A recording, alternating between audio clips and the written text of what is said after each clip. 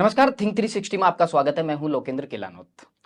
राजस्थान के इतिहास की जब बात की जाती है तो हल्दी घाटी के मैदान में महाराणा प्रताप की तलवारों की टंकार, उनके घोड़े चेतक के पंजों की टापों की टप टप और मुगलिया सल्तनत से उनका लंबा संघर्ष इतिहास का एक ऐसा पहलू है जिसे हर राजस्थानी, यहां तक कि मैं कहूंगा कि हर हिंदुस्तानी बड़े ही शान के साथ में और गौरव के साथ में याद करता है। ऐसे बहुत से उदाहरण है कि सदियों से इस देश का और इस प्रदेश का नौजवान महाराणा प्रताप के जीवन से सीख लेता रहा है, उनके जीवन से प्रेरणा लेता रहा है।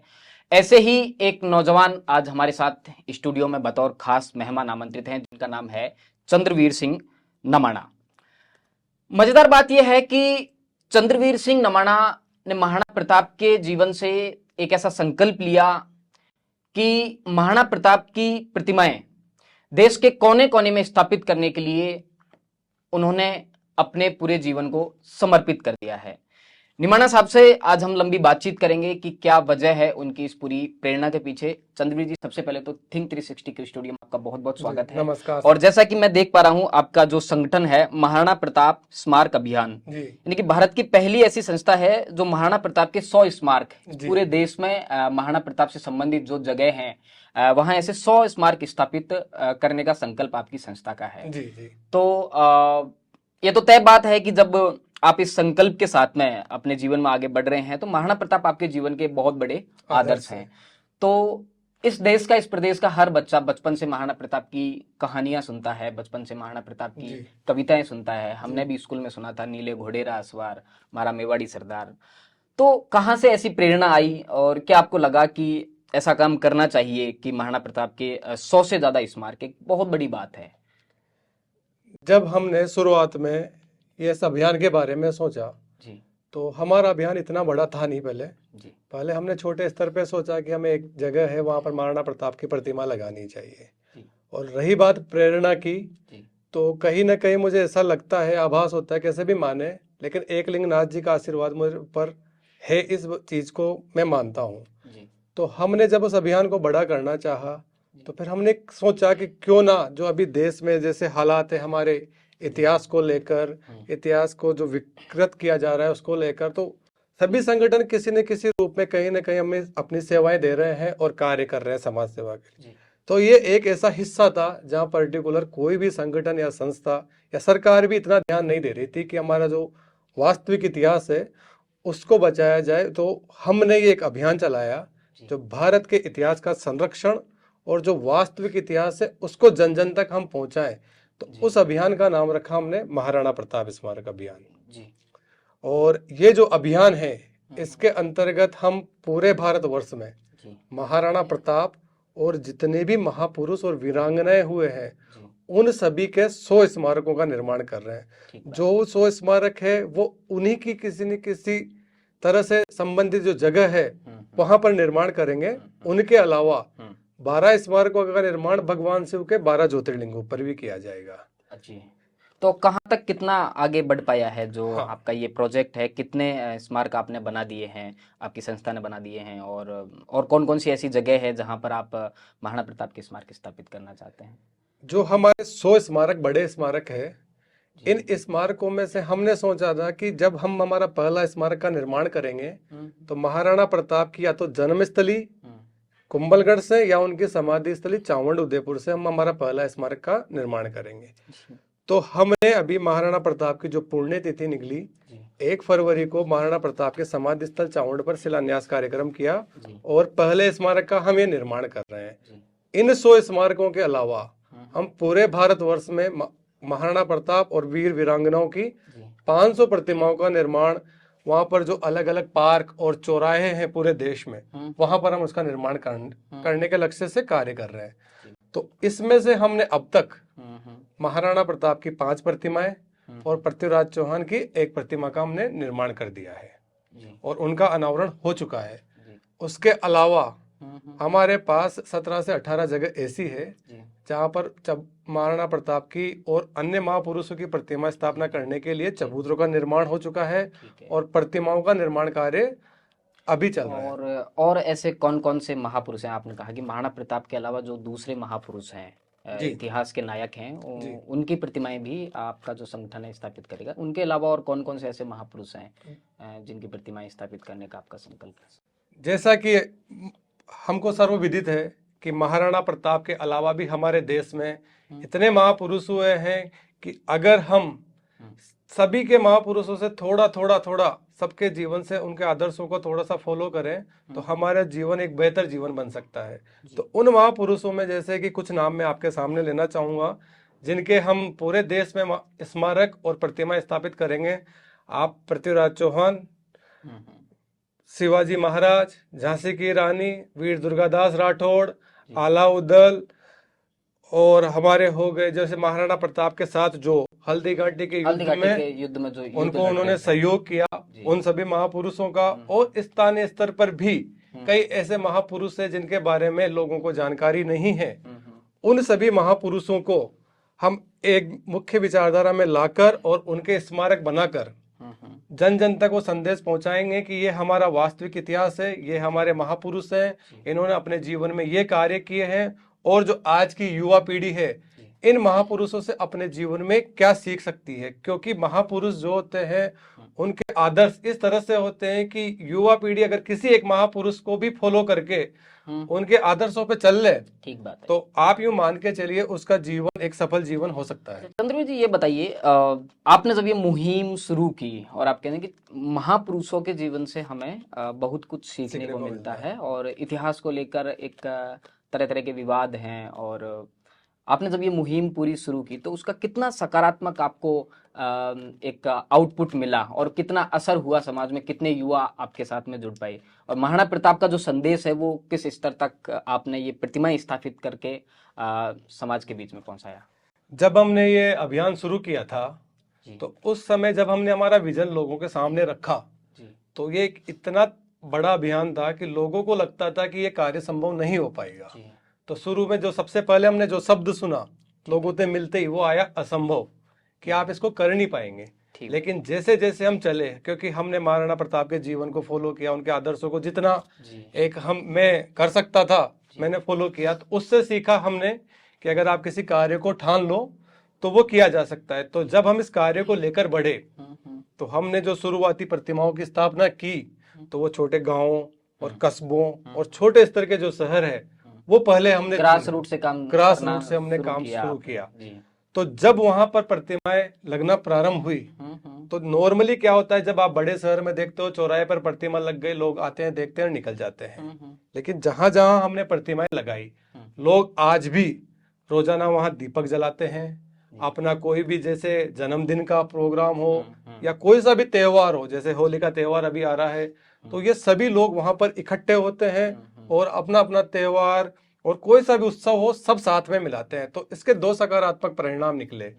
एक तो कि ये कि हमारा जो वास्तविक इतिहास है उन लोगों तक पहुंच रहा है, वो लोग जब भी प्रतिमाओं को देखते हैं तो वो जिज्ञासा होती है कि महाराणा प्रताप का इतिहास क्या है। जी सही बात है। दूसरा ये है कि छोटे छोटे गाँव में भी अब ये कि हो गया है कि हाँ हमारे यहाँ पर भी महापुरुष की प्रतिमा स्थापित हो सकती है। तो उनके अंदर एक विश्वास पैदा हमने किया है और मुझे लगता है कि लोगों में विश्वास पैदा करना सबसे मुश्किल काम है, और अगर आप इसको कर लेते हो तो पहली सीढ़ी आपने एक चढ़ ली है। तो लोग इससे कनेक्ट हो रहे हैं, ग्रास रूट से लोग हमसे जुड़ रहे हैं। और कितने लोग हैं आपके संगठन में और किस तरह से आपका सहयोग करते हैं?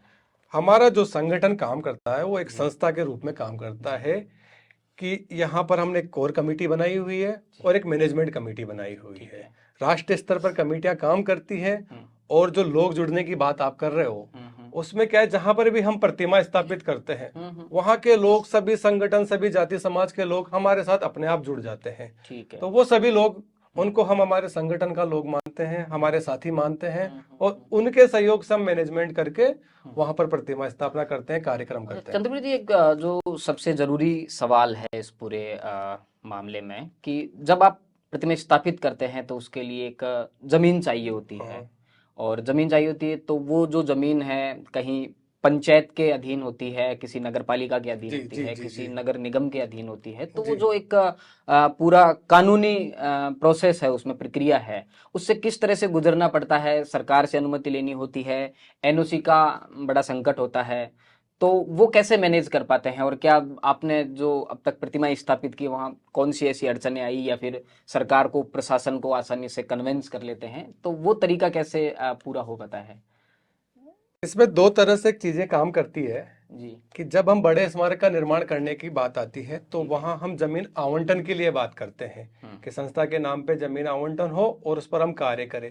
ये इसलिए होता है क्योंकि बड़ा स्मारक जब हमारा बनता है तो उसकी जो हम कॉस्टिंग रखते हैं लगभग 5 करोड़ के आसपास उसकी कॉस्टिंग आती है, तो हमको CSR फंडिंग की भी उसमें आवश्यकता पड़ती है। तो वो आवंटन हमारा जो होता है वो राज्य सरकार के थ्रू उसमें होता है। जो हम 500 प्रतिमाएं लगाते हैं वो कई जगह जैसे आपने बताया ग्राम पंचायत भी होती है, नगर पालिकाएं, नगर परिषद भी होती है।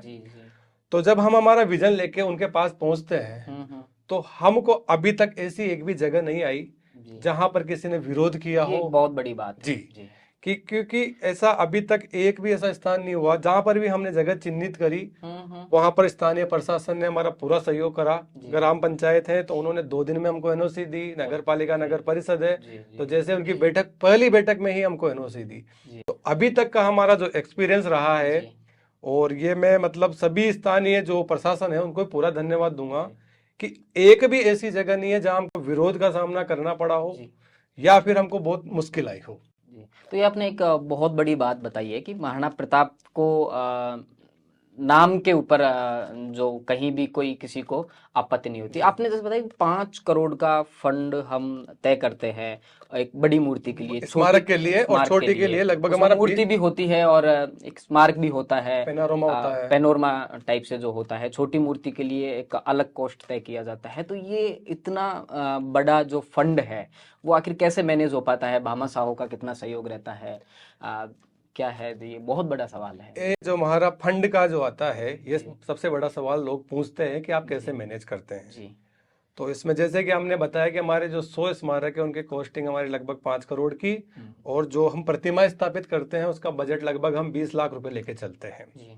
तो फंड को हमने अलग अलग डिवाइड किया हुआ है कि हमको ये 500-600 करोड़ रुपए जो टोटल चाहिए वो कहाँ से आएंगे। तो इसमें हमारे पास एक कंपनी का CSR फंडिंग होती है। जैसे कि भारत का एक रूल है कि जो भी कंपनी है, बड़ी कंपनी, उसको 2% अपना सामाजिक कार्य में, पब्लिक वेलफेयर में लगाना होता है। ठीक है। तो हम कोशिश करते हैं कि वहां से ज्यादा फंड लें। उसके अलावा स्थानीय स्तर पर जहाँ पर प्रतिमा की स्थापना होती है तो स्थानीय लोग थोड़ा थोड़ा सहयोग करते हैं। जो भामा शाह है, जी, स्थानीय ग्रामीण जो आम पब्लिक है उसकी बात कर रहा हूँ। उसके अलावा जो वहां पर स्थानीय जनप्रतिनिधि हैं, चाहे सरपंच हो, प्रधान हो, MLA हो, MP हो, तो वो भी हमारा सहयोग इसमें करते हैं कि किसी ने हमारे फाउंडेशन का निर्माण करवा दिया, किसी ने लाइटिंग लगवा दी, किसी ने रेलिंग लगवा दी, इस तरह से वहां से होता है। उसके अलावा जो समाज के भामाशाह है, समाज जब मैं बोलता हूँ तो सिर्फ ये राजपूत समाज की बात नहीं है। इसमें जो महाराणा प्रताप को जो भी फॉलो करता है, महाराणा प्रताप सर्व जाति के हैं क्योंकि महापुरुषों के बारे में हम बोलते हैं कि किसी एक पर्टिकुलर जाति के नहीं होते हैं। तो सर्व समाज के जो भामाशाह हैं वो एक पार्ट हमारे को उसमें सहयोग करते हैं। उसके अलावा हमने एक कैंपेन अभी प्रारंभ किया है कि 100 स्मारकों के लिए लोग हमें 100 रुपए का सहयोग करें, ज्यादा नहीं। अच्छा, 5 करोड़ का एक स्मारक बन रहा है तो आप 1 रुपया उसमें आप सहयोग अपने हिसाब से करें। हम ये भी नहीं कहते आप 100 रुपए भी एक साथ दो। तो हमारा एक क्राउड फंडिंग का कैंपेन है कि 100 रुपए 100 स्मारक के साथ आप हमें दें। तो उसमें भी लोग हमको सहयोग करते हैं, 100 भी करते हैं, 100, 1100 भी करते हैं, 500 भी करते हैं, अपनी श्रद्धा अनुसार जो भी उनका है वो करते हैं। उसके अलावा हमारा अभी हम एक चालू करने वाले हैं कि सदस्यता अभियान, कि एक इतना बड़ा अभियान है। जैसे कि आपने पूछा कितने सदस्य हैं आपके देश में, क्या है, तो हम एक सदस्यता अभियान लेकर पूरे देश में जाने वाले हैं कि हम इस तरह से महापुरुषों के प्रतिमाएं स्थापित कर रहे हैं और इतिहास संरक्षण के लिए पहली बार कोई ऐसी संस्था है जो सामने आई है, कार्य कर रही है। तो वो लोगों को जोड़ेंगे। उससे क्या होगा कि भले ही वो 5 रुपए दे या 50 रुपए दे, लेकिन उसका एक भावनात्मक रूप से कनेक्शन होगा, सबकी भागीदारी होती है। हम ये ऐसा नहीं चाहते हैं कि ये सिर्फ एक तरह से या एक संस्था का इसमें नाम हो कि इतना बड़ा अभियान चल रहा है। तो सर्व समाज की, पूरे देश में से एक आम से आम इंसान की भी इसमें भागीदारी हो, ये हम सुनिश्चित करेंगे। जी, आपने महापुरुषों की जाति को लेकर एक बात कही। अभी एक बहुत बड़ा विवाद है पूरे देश में महापुरुषों की जाति को लेकर। तो क्या सोचते हैं आप, ये महापुरुषों को जिस तरह से जातियों में बांटा जा रहा है और हर महापुरुष पर अलग अलग जातियों के जो दावे हैं और उसको लेकर जो एक सामाजिक खाई जो बनी है समाज में, क्या सोचते हैं और इसको कैसे दूर किया जा सकता है? इसका सबसे सिंपल सा जवाब है कि महापुरुष और वीर और वीरांगनाएं हैं। मेरा ये पर्सनल मानना है और सबको ये मानना चाहिए कि उनकी कोई जाति नहीं होती है। जाति में बांध के हम किसी राष्ट्रीय महापुरुष को, जिनको हम देश और विदेश में पूजते, एक छोटा सा हम उनके नाम को छोटा कर रहे हैं, उनके जो कार्य उन्होंने किए हैं उनको छोटा कर रहे हैं, क्योंकि उनके जो आदर्श हैं वो किसी भी जाति, किसी भी समाज के लिए उसी तरह से कारगर है जो एक पर्टिकुलर हम एक छोटी सिंगल जाति के लिए सोचते हैं। तो आप इसका छोटा छोटा एक लाइन में जवाब ऐसे सुने तो ये है कि महापुरुषों की कोई जाति नहीं होती है, वो किसी एक क्षेत्र विशेष के नहीं होते हैं। क्या आप ऐसे बोल सकते हो कि महाराणा प्रताप कर्नाटक के थे या बिहार के थे या गुजरात के थे या राजस्थानी थे? नहीं, वो राष्ट्र के थे, राष्ट्रभक्त थे और राष्ट्र की धरोहर थे।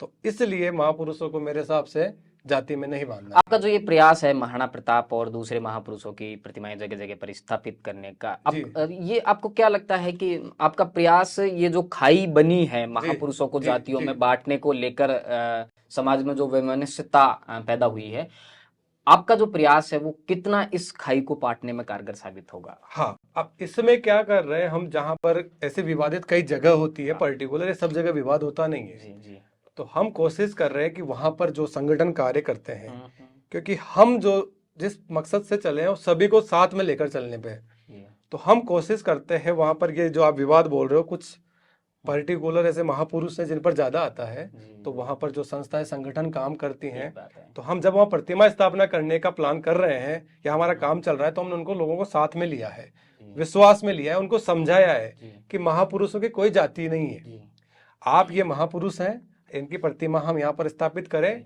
आप हमारे साथ लगे और हम सब मिलकर, ठीक बात है, हमारा जो इतिहास है और जो उनका आदर्श है, मेन तो जो महापुरुष के जो आदर्श है वो हमारे समाज में सब लोगों तक पहुंचे, सभी जाति के लोगों तक पहुंचे।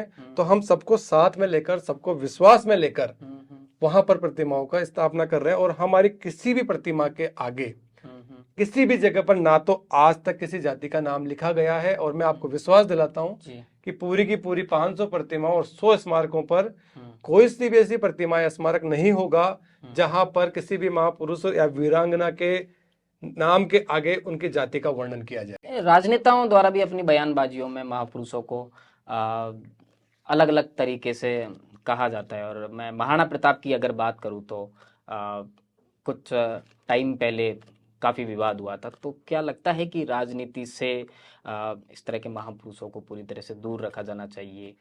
एक बड़ा सवाल। महापुरुष जो होते हैं वो एक राजनीति का विषय नहीं होता है, अपने क्या है, अपना एक तरह से मान लो दुर्भाग्य है कि जो राजनेता लोग होते हैं अपने वोट बैंक की राजनीति के लिए, किसी पर्टिकुलर गुट को खुश करने के लिए, क्योंकि अपना भारत देश विविधताओं का देश है, ठीक बात है, तो यहाँ अलग अलग जगह अलग अलग क्षेत्र में जाति विशेष के लोग रहते हैं, तो वो अपने वोट बैंक को खुश करने के लिए या उस तरह से अपनी जो निजी स्वार्थ को, यहाँ तक बात होगी है कि अब तो महापुरुषों के नाम पे कई सरकारी योजनाएं बना दी जाती हैं, बोर्ड का गठन कर दिया जाता है, तो लगता है आपको कि इस तरह से किया जाना चाहिए? देखो, एक वर्ग को अगर महापुरुषों के नाम पे किसी बोर्ड का गठन किया जाता है तो मुझे उसमें कोई आपत्ति नहीं है, लेकिन अगर उनको जाति से जोड़कर बोर्ड का गठन किया जाता है तो उसमें हमारी घोर आपत्ति है।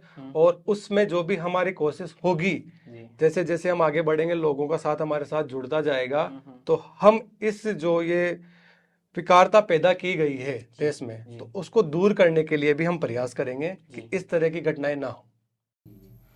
तो ये थे चंद्रवीर सिंह थिंक 360 के स्टूडियो में, जिन्होंने अपने जीवन में एक बहुत बड़ा संकल्प लिया है कि वो देश के विभिन्न हिस्सों में महाराणा प्रताप सहित देश के जितने भी महापुरुष हैं, जितनी भी वीरांगनाएं हैं, उनकी प्रतिमा को स्थापित करेंगे। इन्होंने एक अपनी संस्था का निर्माण किया है और उस संस्था के माध्यम से जगह जगह पर ये महाराणा प्रताप और दूसरे महापुरुषों की प्रतिमाओं को स्थापित कर रहे हैं। बहुत बहुत धन्यवाद थिंक 360 के स्टूडियो में आने के लिए।